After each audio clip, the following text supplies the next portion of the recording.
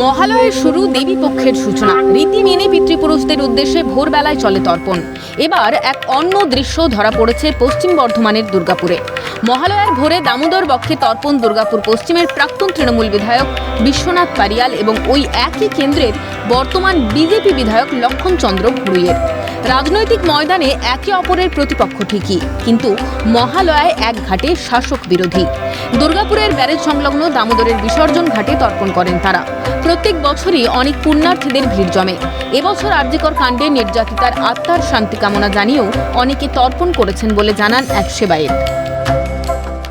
দামোদর নদের যে দুর্গাপুর ব্যারেজের যে বিসর্জন ঘাট, সেই বিসর্জন ঘাটে আমরা রয়েছি এবং সেখানে আমরা দেখতে পাচ্ছি যে ইতিমধ্যে কিন্তু তর্পণে কিন্তু সাধারণ মানুষ এবং তারা কিন্তু যে পূর্বপুরুষ তাকে স্মরণ করছেন। পুজোর তর্পণ তো যথারীতি হচ্ছেই, কিন্তু যেন একটু ম্রিয়মান, মানুষের মনে যে স্বতঃস্ফূর্ততা সেটা একটু কম, এবং সবাই চাইছে যে নির্যাতিতার বিচার হোক। বিষাদিত মনে মানুষজন তার নামে, আমার কাছে অনেকে তার নামে তর্পণও করালো। ব্যাপারটা হচ্ছে যে সত্যি তো এরকম একটা দেশে যে মানুষের বিচার পাবে না, তা তো হতে পারে না। দলীয় রাজনীতির ঊর্ধ্বে থেকে আমরা সাধারণ মানুষ যে সঠিক বিচার হোক এবং নির্যাতিতা বিচার পাক, এবং একজন কৃতি ডাক্তার সেইভাবে হারিয়ে গেল, এটা খুবই দুঃখের, যন্ত্রণা।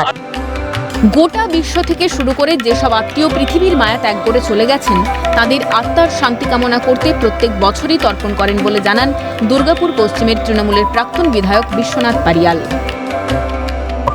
বিশ্ব ব্রহ্মাণ্ডে যারাই আমাদের ছেড়ে চলে গেছেন, যারা আমাদের নিকট আত্মীয়, পরম আত্মীয়, পরম বন্ধু, তাদের সকলের উদ্দেশ্যেই আমরা এই জল প্রদান করি, যাতে তারা তৃপ্ত হয়, সন্তুষ্ট হয়।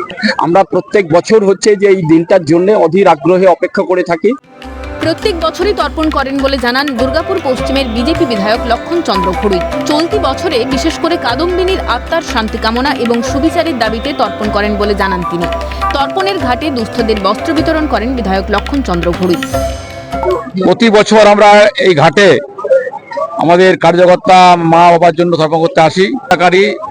যারা খুন করে ধর্ষণ করেছে তাদের বিচার পায়, সঙ্গে সঙ্গে সারা পশ্চিমবঙ্গে মানুষ যেন শান্তিতে বাস করতে পারে, বাংলার যেন শান্তি ফিরে আসে, মানুষ সুখে শান্তি বাস করতে পারে। তো তিলোত্তমার যে ধর্ষণ খুন, তার বিচারের জন্য আজ আমরা তর্পণ করতে এসেছি।